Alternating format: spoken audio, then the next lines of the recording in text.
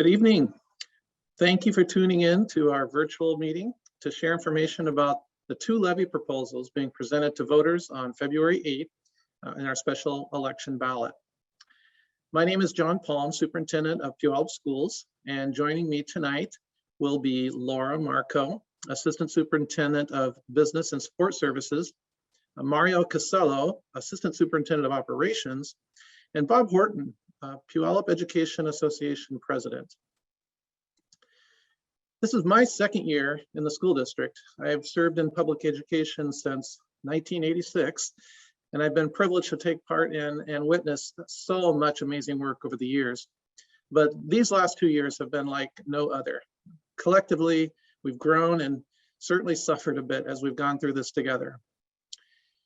Puyallup has enjoyed a great reputation in our state. Although COVID has created quite a challenge for us, our community remains strong and the historical support for schools remains strong as well. The community and school system are why many of us desire to live and work in Puyallup. As a member of the community with grandchildren in our school system, I am as vested as can be in ensuring the district remains strong. Tonight, we've partnered together in a virtual sense to provide information about the upcoming levies and address commonly asked questions. Ideally, this would be done in person, scheduling community engagement sessions all throughout the district. I'm sure I speak for the majority when I say that we are looking forward to returning to a more personable level of interaction, hopefully very soon. Speaking of interaction, I'd like to take a moment to outline how the chat will work this evening. If you have a question, and we do hope you do, please click on the chat option on your screen. There you're going to see a list of moderators you can submit a private question to. Send your question to the appropriate moderators, then they're titled General, EPNO, or Capital Projects, and then our team will be responding. Your private question will be answered, and if helpful to everyone, will be also published for all participants to see. We'll also verbally address some frequently asked questions at the end of the presentation. So before we begin, I would like to start by acknowledging that we have a lot to be thankful for in the Puyallup School District. Specifically, the dedication of our staff, the partnership of our families, and the amazing students we are supporting as they prepare for their place in the world.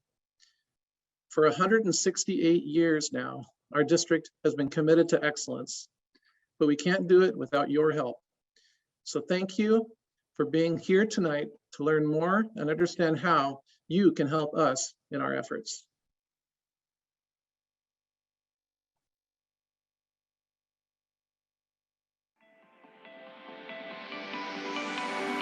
For 168 years, Puyallup School District has served students, staff, families, and residents in the Puyallup area.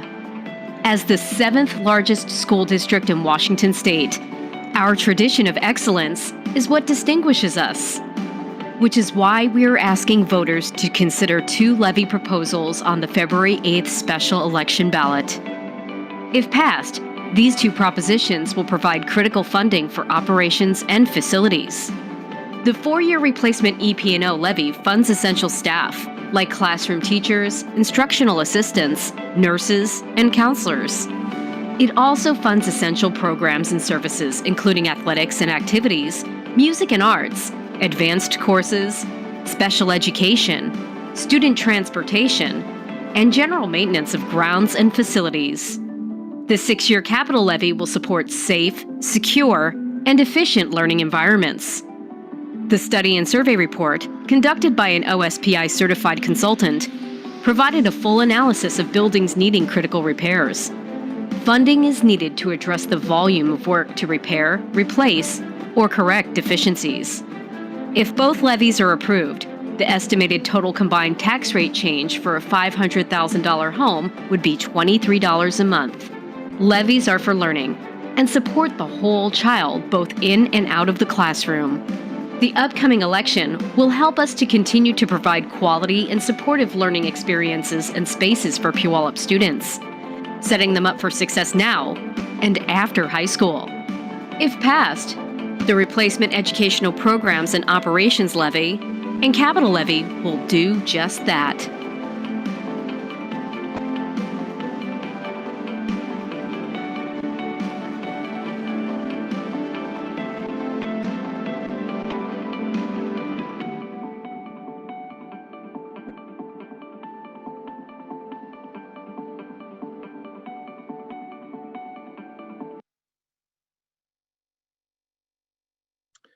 And now I would like to introduce the PEA President Bob Horton to say a few words. Thank you, Dr. Palm. My name is Bob Horton. I am the president of the Puyallup Education Association, and I represent more than 1,500 certified educators. So we're talking about our classroom teachers, our elementary, junior high, and high school, librarians, music teachers, PE teachers, our counselors, our nurses, our speech and language pathologists, all of our audiologists, our occupational therapists, our physical therapists, our psychologists, our behavioral specialists, our social workers, our instructional coaches. They all work in the Puyallup School District, and they work tirelessly each and every day to create a welcoming, safe, and engaging teaching and learning environment for all of our students. Educators strive to build positive relationships with their students that allow them to create those unique learning activities required to meet all of our individual students' learning needs every single day in the classroom. This EPNO levy will provide the necessary funding to continue recruiting and retaining the best teachers for our classrooms. And it will also allow us to maintain those arts and activities and athletic programs that we in Puyallup are so proud of. While the capital levy will allow the Puyallup School District to continue to emphasize providing a safe learning environment for all of its students and staff through upgrades to our school security systems and our buildings. As educators, we come to the school each day excited to partner with our students in the learning process and continually strive to provide them with the necessary things they need to make their next steps in their educational journey, be it moving from kindergarten to first grade, sixth grade to junior high, high school, onto the military, onto a 2 or 4 year college. We are here to help them in their journey. What we are asking is that each of you attending this town hall this evening, join us in supporting both the EPNO levy and the capital levy. Educators are ready to move mountains daily for their students, and with your continued support of these levies, you can unite with us and continue to change the lives of our Puyallup School District students daily.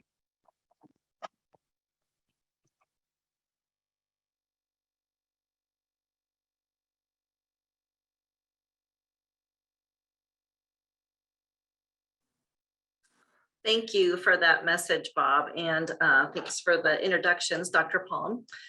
Hello, everyone. My name is Laura Marco, and as mentioned earlier, I am the Assistant Superintendent of Business and Support Services.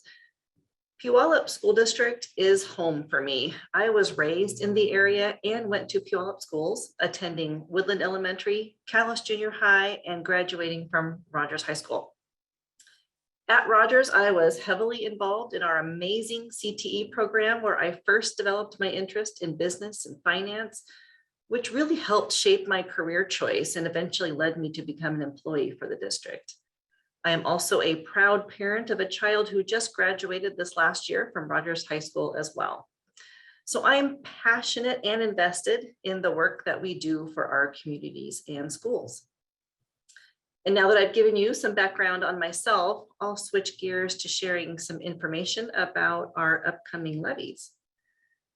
This February, we have 2 important levy propositions on the special election ballot. Proposition 1 is an educational programs and operations levy, which would replace our current EPNO levy that expires at the end of 2022. Proposition 2 is a capital levy. And before I go much further, I'm going to share some information to help explain the difference between bonds and levies and the difference between the 2 levies that we have on the ballot. Levies are for learning.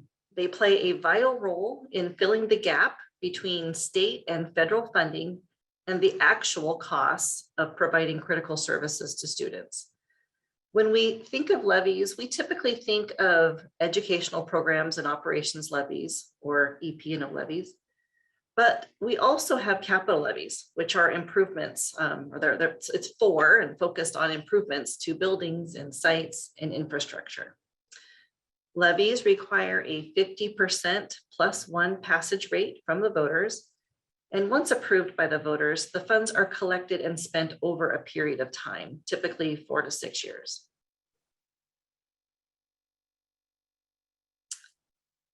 While levies are for learning, bonds are for building. Major construction projects like building a new school or remodeling an existing school are typically paid for with bond dollars. Bonds can also pay for major modifications to a building to accommodate safety and security systems or technology infrastructure upgrades. Bonds require a 60% +1 passage rate from the voters, and once approved by the voters, the district holds a bond sale and receives the funds up front to pay for the construction projects. The principal and interest payments on those bonds are paid back over several years, typically 20 to 25 years.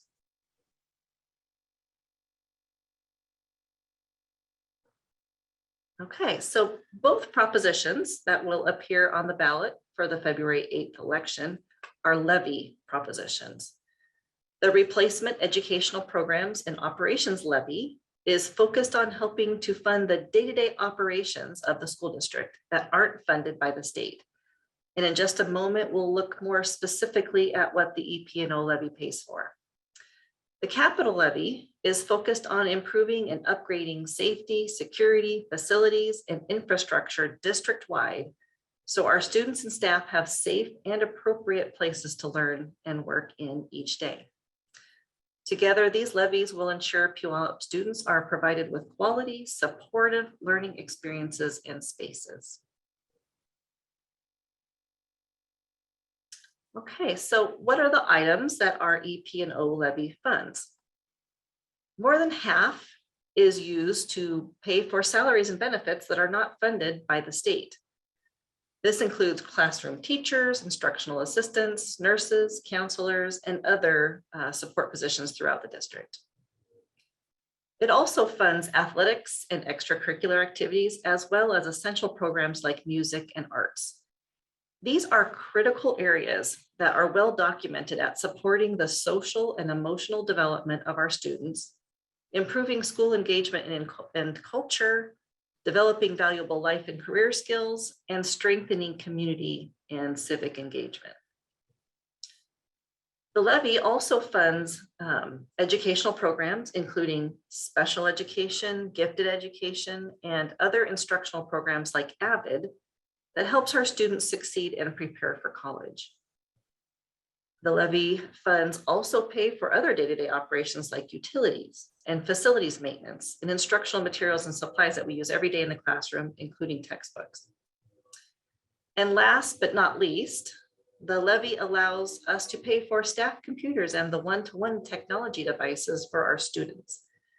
Our Empowering Puyallup initiative that began 4 years ago was originally intended to provide equal access for all students as a tool for increasing engagement and achievement, while also preparing them for a technology-driven world. The forethought of this program enabled the district to quickly transition to remote learning throughout the pandemic and reduce barriers for our students who otherwise might not have had access to technology during this time. Many surrounding districts actually have a separate technology levy that provides these critical devices for their students and staff. However, Puyallup carves this funding out of our regular EPNO levy, which helps us maintain lower taxes. So as I mentioned on the last slide, more than half of our levy goes to covering staff salaries and benefits that are not funded by the state. I'd like to focus on that just a little more to help you understand how we are so far apart from what the state funds. We are primarily funded based on our student enrollment, and that enrollment generates a number of staff positions that are funded by the state. These staff positions range from classroom teachers, librarians, counselors, and principals to custodians, technology, maintenance, and clerical staff. Not only does the state not fund all the positions that it takes to truly operate the district, But for those positions that they do fund, they don't cover the actual full cost. For classified staff, and these are the positions that support the operations of the district, we only receive about 85% of the actual salary and benefit costs of an average classified staff member. For certificated administrators, and these include principals and instructional-based central administrators, we only receive about 71% of the actual costs. And for certificated positions like teachers, counselors, librarians, and nurses, that percentage is only about 87%. So our levy funding makes a significant impact on the amount of staff we are able to employ, which in turn allows us to offer smaller class sizes and other supports that impact the quality of education and services we provide. For our voters, this is not a new tax. It replaces our current EPNO levy that our voters have supported for more than 20 years and makes up about 13% of our total revenue in the general fund. It's pretty significant. This is a 4-year levy for collection in 2023 through 2026. And it's important to know that the EPNO levy rates cannot exceed $2.50 per $1,000 of assessed value and cannot exceed the levy amounts approved by the voters. This table here shows both the levy amounts and the estimated tax rates required to produce these levy amounts for each year of the levy. The rate is estimated to be, as you can see, $2.49 in 2023 and $2.46 in the rest of the 3 years. And again, that's the rate per $1,000 of assessed value. So without this funding, the replacement EPNO levy represents, as I said before, a significant amount of funding for the district. If the levy does not pass, it has a direct impact on the staffing and programs we can offer. We would see fewer staff and larger class sizes, and it would result in a decrease or elimination of opportunities for our students like athletics and activities, music and the arts, advanced and specialized educational programs, student transportation, and just general maintenance of our facilities and grounds. And now I'd like to hand it over to Assistant Superintendent Mario Casello. He is going to share some more information on Proposition 2, which is our capital levy. Thank you, Laura. Again, my name is Mario Casello. I have the privilege of serving as Assistant Superintendent of Operations. And similar to Laura, I am a product of the Puyallup School District. I graduated from Puyallup High School and went on to college and got my degree in education and came back to the Puyallup School District where I was a teacher and coach up at Rogers High School and then became an assistant principal at Rogers. Had the privilege of serving as principal at Callis Junior High School for close to a decade. And then also principal at Glacier View for a short stint, 1 year, and then came downtown and have been in the operations department as a chief operations officer and most recently assistant superintendent of operations.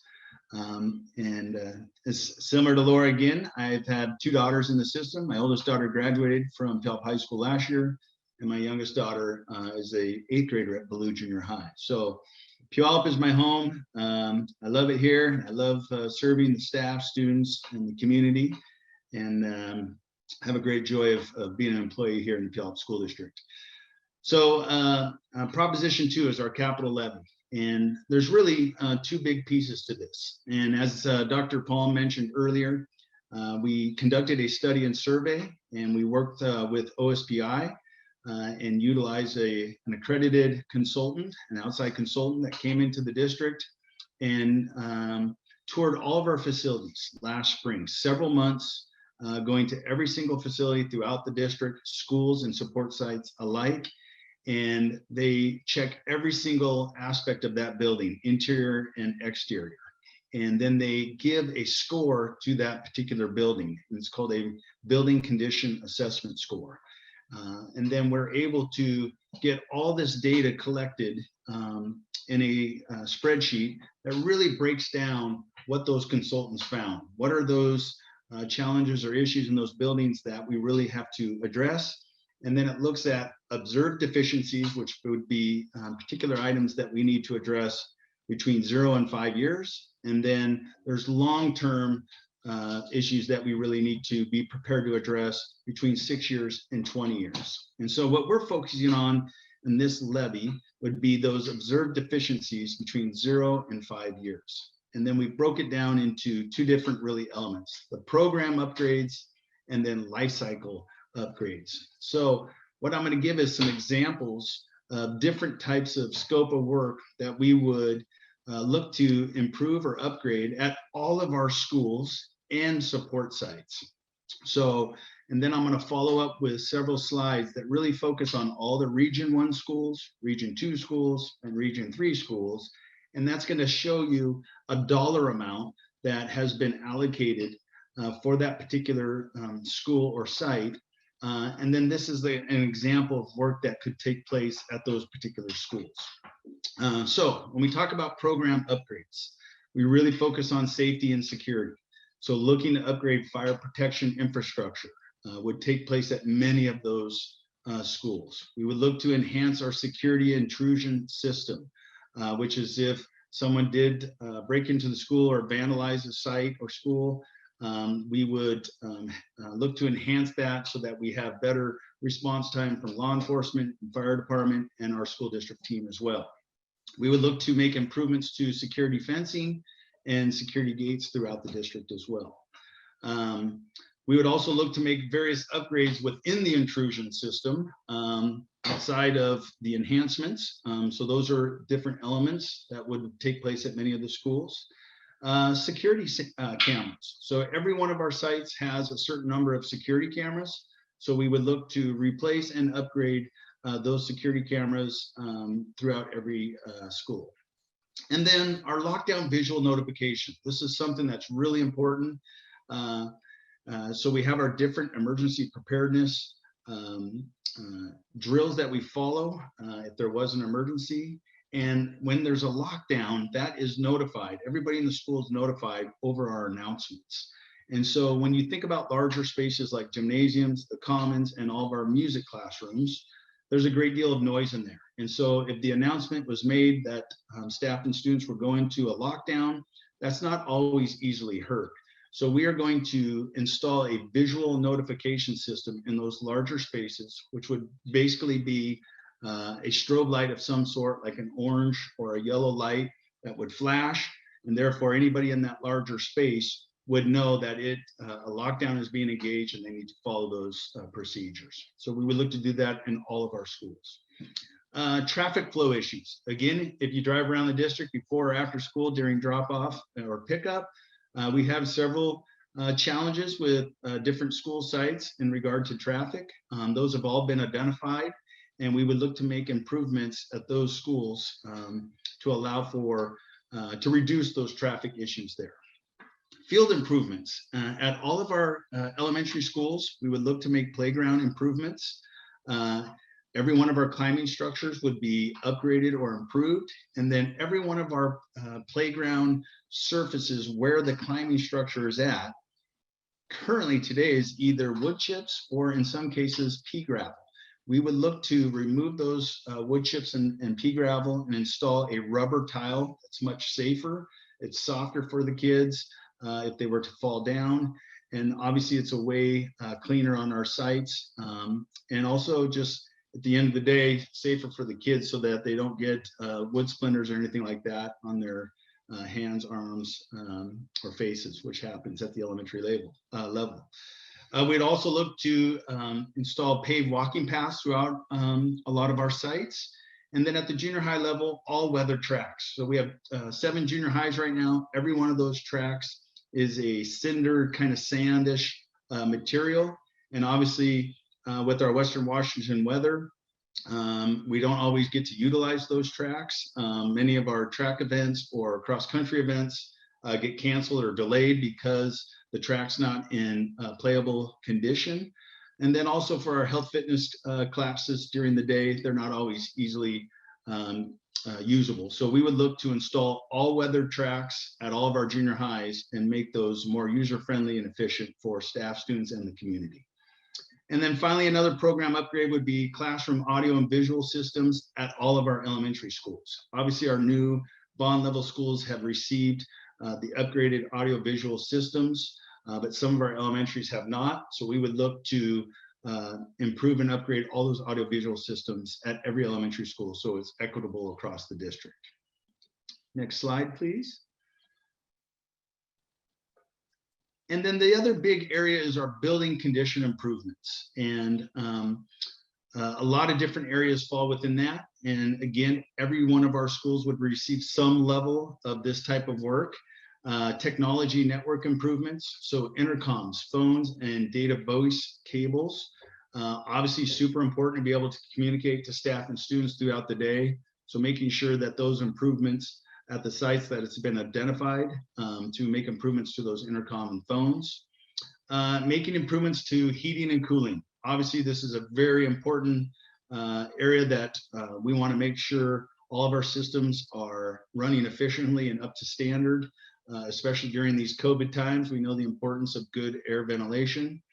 So we look to make a lot of improvements and upgrades at boilers with heat pumps, cooling towers, and our building control systems, which allows our heating, ventilation, and air conditioning team to be able to address a lot of those issues over the computer and through software systems so that they can do it in a more timely manner and not have to physically get in the car and drive to a school and trying to address it on site. If they can do that through the building control systems, again, we could be more efficient and get the system cooling or heating, whichever direction we need to go there for staff and students. We look to replace critical deficient roofs, flooring, and lighting throughout the district. Most of our schools need some work in those areas. We'd look to be able to make improvements there. Door hardware upgrades throughout the district. Again, when we talk about the number of schools we have, 34 are support sites, upwards of 20 buildings there. So making sure that we have the appropriate working door hardware is really important. It's a kind of a security safety element as well. So we make upgrades there. We look to consolidate our bus transportation facility / maintenance facility. So again, I talked about that consultant going around the district and identifying the building condition assessment and giving each facility a score. Well, our maintenance building has not had any type of upgrades or improvements in over 30 years. And so it's the lowest scoring building in the district. So we would look to replace that building. And at the same time, it is the goal of the Puyallup School District to try and get our transportation site on one site. Right now we have 2 different sites, one in the valley and one up on the hill. So we would look to get our transportation fleet on one site. And by doing that, by consolidating that transportation site / maintenance, we'd be able to achieve that. Portable improvements. We have a lot of portables throughout the Puyallup School District, so we look to make a lot of improvements to the walking ramps, the roofs, their heating system, windows, and then also look to do some interior and exterior paint. Our support site improvements for various end-of-the-life equipment. You know, we talk a lot about those improvements at the school. Well, our support sites are also in need of some of that work on the roofs, the heating and cooling system, flooring, and lighting. So for our support staff that support the schools, we want to make sure that we make the appropriate improvements to those sites as well. And then the overall building envelope, which is the outside of buildings. So looking to do painting, cleaning and sealing exterior. A lot of our schools that have brick, we need to go throughout and seal that brick better so there's no leaks, and then make upgrades to the windows in all those facilities. Next slide, please.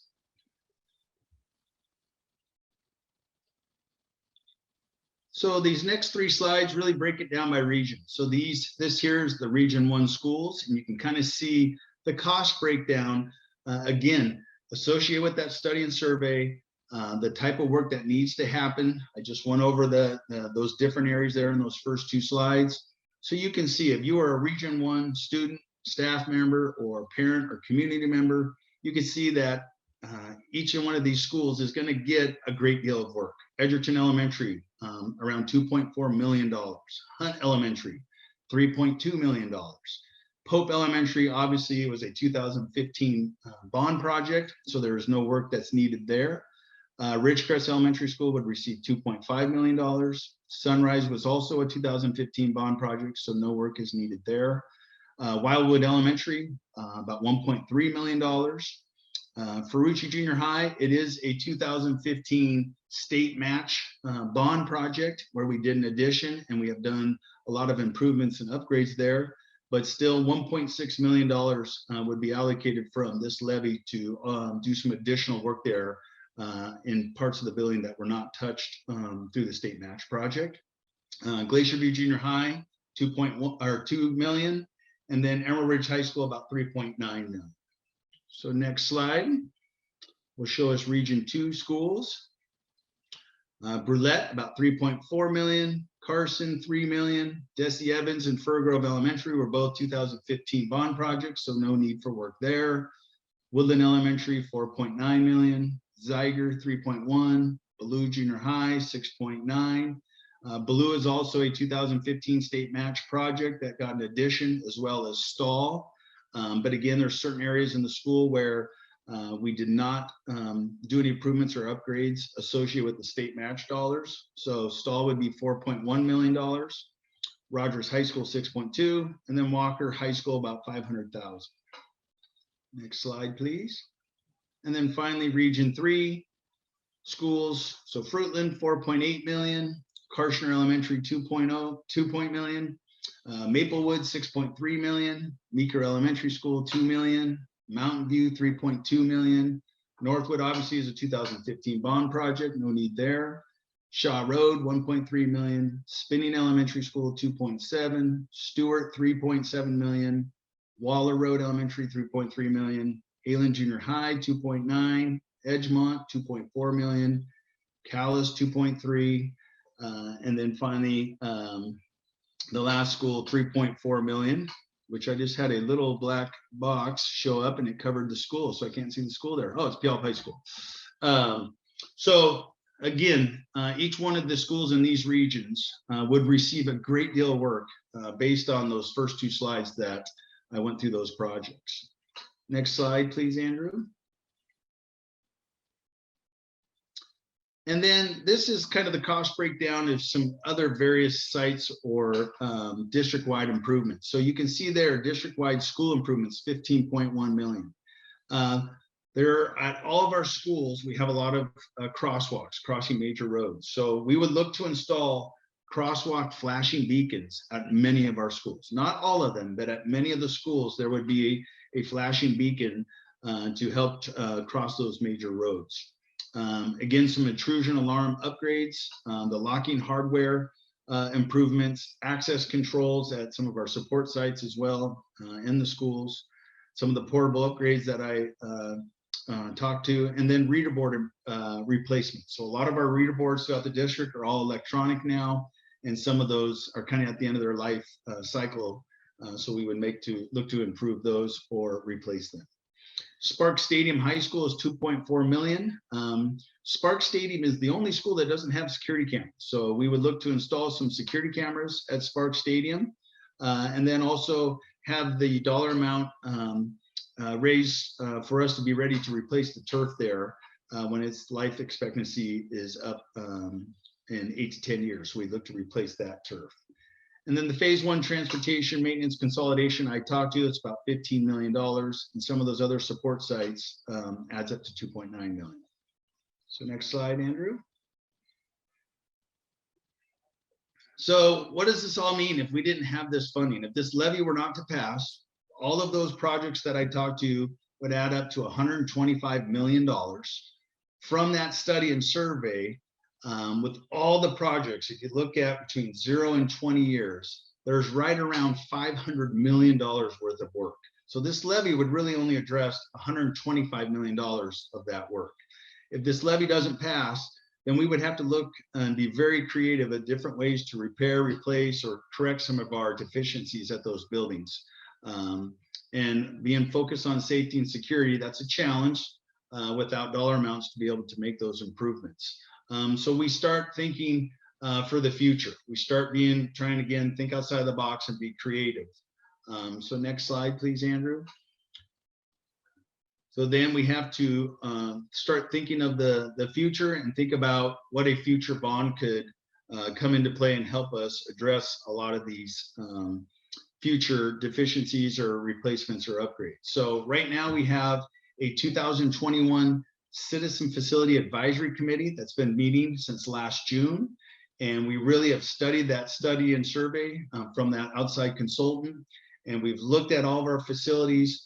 We've looked at program improvements. We've looked at academic areas and programs for the future. And we've really analyzed the data to really help us make good decisions and look out for the next 12 years. That's the focus of the CFAC committee, to look out the next 12 years and identify what considerations we need to look at and consider for a future bond package, looking at growth and looking at the aging facilities. So we will prioritize that. And then at the beginning of March, we will come to Dr. Palm and the school board with a recommendation of what a future bond package could entail for various schools and other projects. So now I'm going to turn it back over to Laura to talk about some of the finance related to that capital levy. Thanks, Mario.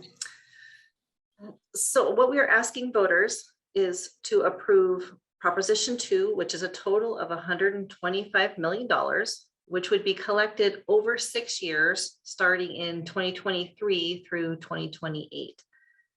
With collections at $20.8 million each year, these are also the estimated rates per $1,000 of assessed value that homeowners would pay.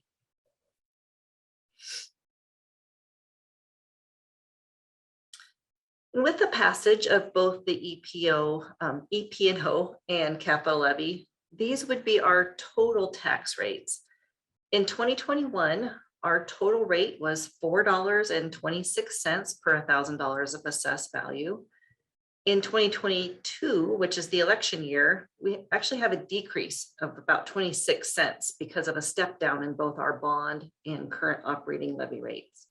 In 2023, which would be the first year of collection of the EPNO replacement and the capital levy, the rate would increase to $4.56. And in a moment, I'll share with you what that change means for our average homeowner.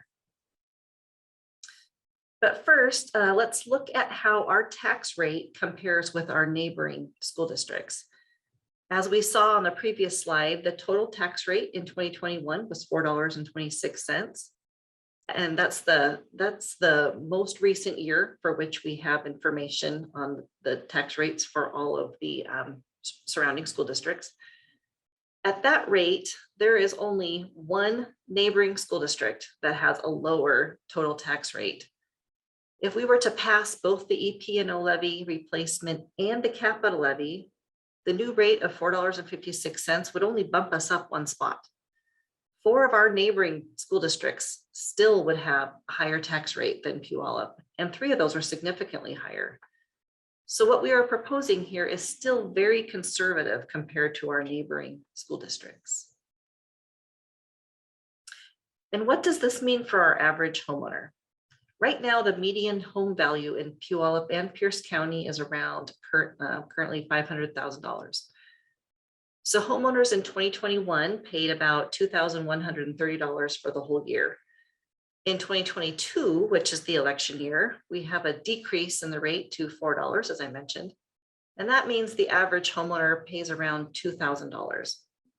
With the passage of both levies, the total tax rate amount for the average homeowner starting in 2023 would be about $2,280, which is an increase of about $280, which works out to be $23 more per month that they'll pay in 2022. All right, so for the February 2022 election, what can you do to help? In preparation for the election, please register to vote if you haven't already, and then remember to vote by 8 p.m. on February 8th. We have lots of information to help you learn more about this election. Please check your school newsletters or refer to our website. We have 3 more town halls There's one tomorrow and one on both next Wednesday and Thursday, the 19th and 20th. And all of those start at 6 p.m. The links are on our website to those Zoom meetings.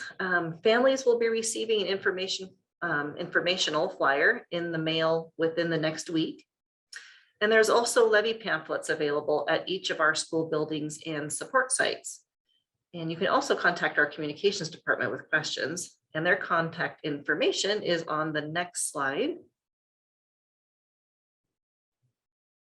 And also at this time, we're going to go through some of the questions that have come up in the chat. I do see that there is, or there was somebody with their hand up, and at this time, we're not able to accommodate that. You actually have to go into the chat and pose your question. So if you haven't done that already, go ahead and do that.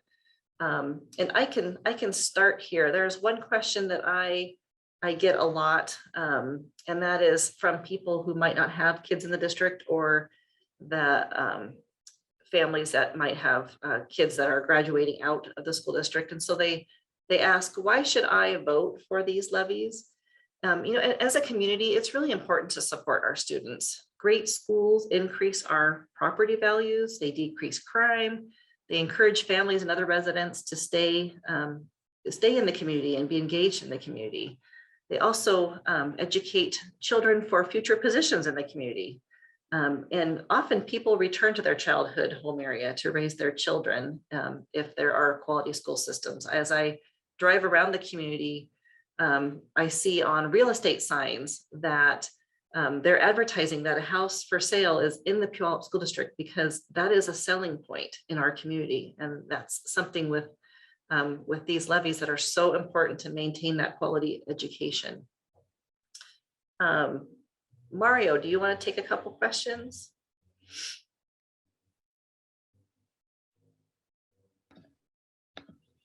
Yes, thanks, Laura. I see there was a question about would the audiovisual improvements to the elementary include sound system upgrades and video? It's definitely sound system upgrades and video. We would not put video screens in the gymnasiums, however. That was one of the questions, but we would in the instructional spaces. Are we looking to do improvements for traffic flow by Pope Elementary School? We did make some improvements during the 2015 bond project at Pope. But Pierce County is also looking to do further improvements on 122nd Avenue that will also benefit and help reduce a lot of traffic issues there. So that will be coming from Pierce County. Let's see here.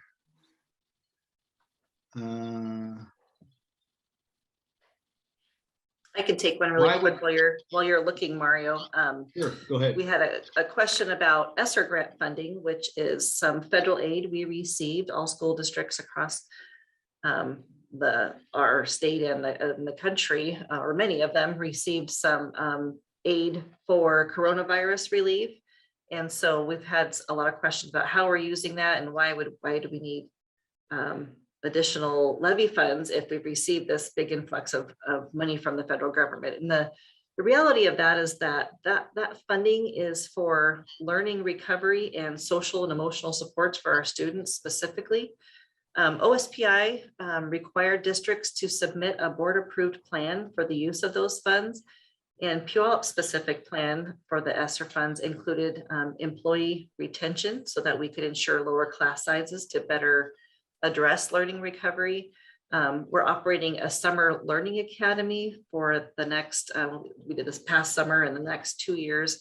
We're also investing in mental health and well-being supports for our students, some additional social workers, enhanced math staffing, enhanced health services staff, and then also we've been investing in student and family connection activities. So that's how we're using the ESSER funds, and really, it's really not connected to our EPNO levy funding. That is still critical for our continued day-to-day operations. I'll jump in, Laura. Here was another one. Why would we want to consolidate our transportation facility from 2 sites to 1? The flexibility of having 2 makes sense based on our schools and populations. That's actually a really good question. However, the amount of money that we spend going between the two sites. So again, we have the South Hill site and we have our Valley site. We have about 175 buses in our fleet here in the Puyallup School District. And our site downtown is so small, we're not able to store all those buses on that downtown site. So we spend a great deal of money in fuel and in staff labor costs of going back and forth, having to take all the buses from South Hill down to the Valley where our mechanic shop is, where our fueling station is, and where our bus wash station is. And it takes a great deal of time, again, for mechanics to drive up there, get those buses, bring the buses back down to the Valley, do the appropriate work on them, take them back again. We have some of our buses up on the South Hill site. We actually pay extra money for an outside fueling vendor to come and fuel those buses at night. So there's a great deal of money that we spend going back and forth between the two sites. You think about staff alone. We have one administrator on South Hill. We have another administrator down in the Valley. We have office staff on South Hill. We have office staff in the Valley. So we really want to be more efficient and have our transportation team as a whole, administrators, support staff, routing specialists, mechanics, everybody on one site if we can. We would have a fueling station up on South Hill and a bus wash as well. And we would be a lot more efficient and save a lot more money in the end by having one transportation site. So it is a great question that has been asked, but we definitely have done the homework and realized that we would save a great deal of money if we just had one transportation site. I have a question here that asks, what happens if property values increase? And, you know, I think we've all experienced this, especially the last couple of years. I know a lot of homes in Pierce County increased in their value anywhere from 11 to 14% this past year. If property values go up, the tax rate is actually adjusted downward. The amount that is approved by the voters, we're not able to collect any more than that, regardless of what the assessed value does. So the amount that you see on the ballot and that we showed here in the tables for both the capital levy and the EPNO levy, that is the maximum amount that we would be able to collect if that happens. Another great question here. We have a new resident to Washington, and their question was the 2015 bond project voter approved? And if so, are we trying to use this levy to cover up previously approved voter bond? The answer is no. I'm proud to say, and for the 2015 bond, we had over 69% approval from our community, which was wonderful, the highest we've ever had in the Puyallup School District. And so the capital levy is really to address those critical observed deficiencies that I talked about within 0 to 5 years that came out of that study and survey. I have a great question here too about if the EPNO levy funds mental health services and especially counselors, and the answer is yes. As I mentioned in that one slide about the additional staff and benefits that the EPNO levy funds, counselors and nurses especially are one of the areas where we don't generate very many positions that are funded by the state.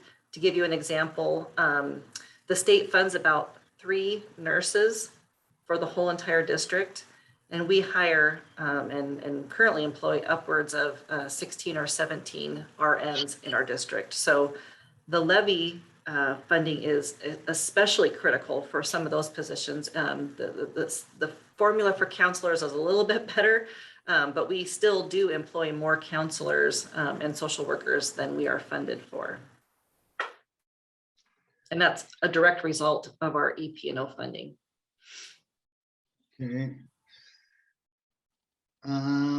One last one here is, why is Wildwood Elementary not receiving, or why are they receiving the lowest level of funds? We actually have done a great deal of work at Wildwood Elementary in the last 3 to 5 years, replacing their roof, heating and cooling system, and improve their audiovisual systems and the network to meet standards. So I'm proud to say that we have given a lot of work and attention to Wildwood over the last several years. So that's why that dollar amount is not as high as maybe someone would want it. But again, this is an outside consultant that conducted our study and survey and really observed those deficiencies. And so Wildwood's in better shape than some of our other sites. I think that covers a lot of the questions that we received. And again, we'll put these questions on our website as well for people to refer to. We have 3 more town halls scheduled. If you didn't get your question in this evening, or maybe you missed a part of it in the beginning and you want to hear the whole presentation, feel free to come back on another night. Other than that, Dr. Palm, do you have any parting words? Thank you, Laura and Mario and Bob. I do have a couple of parting words I guess I'd like to offer this evening. First of all, it was interesting. I realized we have a PHS grad, an RHS grad, and an ER teacher on our so be a little competitive between the 3. And I do definitely want to bring to the attention of everybody on the call, staff and community. You know, the staff have really spent a lot of time. We've had a lot of community input. We've had some outside expertise help with these proposals, and our school board really, you know, in approving these, we understand that money's tight for everybody. We understand that a capital levy is an ask that you know, is a sacrifice for community for sure. But we also know that it takes an investment to continue to have one of the most outstanding school districts in the state of Washington. And I say that from someone who's not been here a whole long time, but has seen from the outside, even back when I was in college in Tacoma, knowing one of the destination for most teachers that wanted to get into education in the area, Puyallup was right at the top of the list, and it has continued to be to this day. And that is a testament to the community support for schools, the quality of teachers, the quality of programs. As a former music teacher, former coach, certainly I know those are valuable parts of the student experience and the family experience in schools. So we appreciate that the board has taken on and made these proposals, approved these proposals to bring to the ballot. And we know it's up to the voters. And so we will continue to provide information, and just encourage you, if you do have questions, to submit those certainly to the communications department, or certainly could contact myself, Laura, Bob, or Mario directly, and we'll make sure and get answers to you on what you'd like to know about these proposals. So with that, I would say thank you for joining us this evening. We appreciate your time, and definitely have a wonderful rest of the evening, and take care. Thank you.